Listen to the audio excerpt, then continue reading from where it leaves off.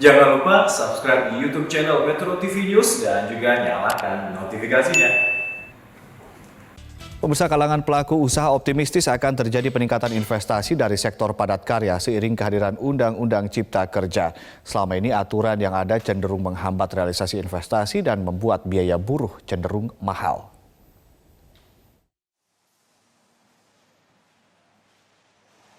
Kalangan pengusaha meyakini kelahiran Undang-Undang Cipta Kerja mampu menarik investor mancanegara dan menyerap lebih banyak tenaga kerja.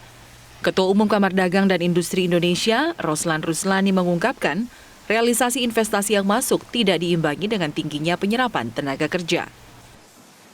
Kehadiran Undang-Undang Cipta Kerja akan mendorong investasi berorientasi manufaktur dan padat karya lebih banyak masuk karena menghilangkan sejumlah hambatan. Selain itu, regulasi ketenaga kerjaan dibuat lebih lentur dibandingkan undang-undang sebelumnya. Ini harus kita dorong, dan yang paling penting adalah investasi yang masuk itu yang penyerapan tenaga kerjanya paling tinggi, karena itu adalah PR kita yang utama. Kalau kita lihat berdasarkan angka dari BKPM, di tahun 2016, per 1 triliun penyerapan tenaga kerja kita itu di 2.271. Tetapi di 2019 per 1 triliun penyerapan tenaga kerja kita hanya di 1.200. Kenapa? Karena investasinya meningkat, penyerapan tenaganya menurun, karena yang bersifat manufaktur atau yang penyerapan tenaga kerjanya tinggi nggak masuk ke Indonesia. Mereka lebih memilih ke negara-negara ASEAN lain. Nah, inilah yang tentunya yang harus kita sempurnakan, yang harus kita perbaiki. Sementara itu, Ketua Umum Asosiasi Pengusaha Indonesia, Haryadi Sukamdhani mengatakan, ketentuan ketenaga kerjaan pada Undang-Undang Cipta Kerja dibuat lebih adaptif terhadap masyarakat yang ingin mengakses lapangan pekerjaan. Pemahaman mengenai upah minimum juga perlu diperbaiki karena dalam undang-undang sebelumnya cenderung membebani pelaku usaha. Nah, pada saat kita bicara upah paling minimum, kira-kira siapa sih targetnya upah minimum? Yaitu adalah orang yang baru pertama kali bekerja.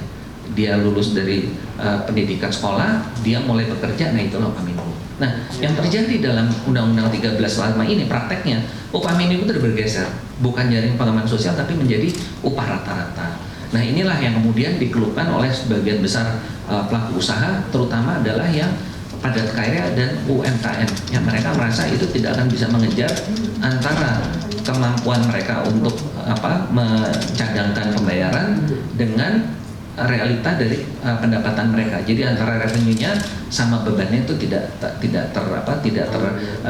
matching gitu, tidak cocok. Nah, inilah yang akibatnya dalam kurun waktu 17 tahun sejak Undang-Undang 13 itu diundangkan, sektor padat karya itu turun banyak. Sebelumnya, Menko Perekonomian Airlangga Hartarto mengatakan Undang-Undang Cipta Kerja hadir untuk 2,92 juta anak muda yang baru mencari kerja dan 6 juta pekerja yang terkena PHK. Namun kalangan pekerja mengingatkan hal terpenting dari Undang-Undang Cipta Kerja bukan sekadar meningkatkan investasi dan jumlah lapangan kerja, tetapi juga kualitas penyerapan tenaga kerja dengan menjamin perlindungan dan kesejahteraan pekerja terpenuhi oleh pengusaha. Tim Liputan Metro TV.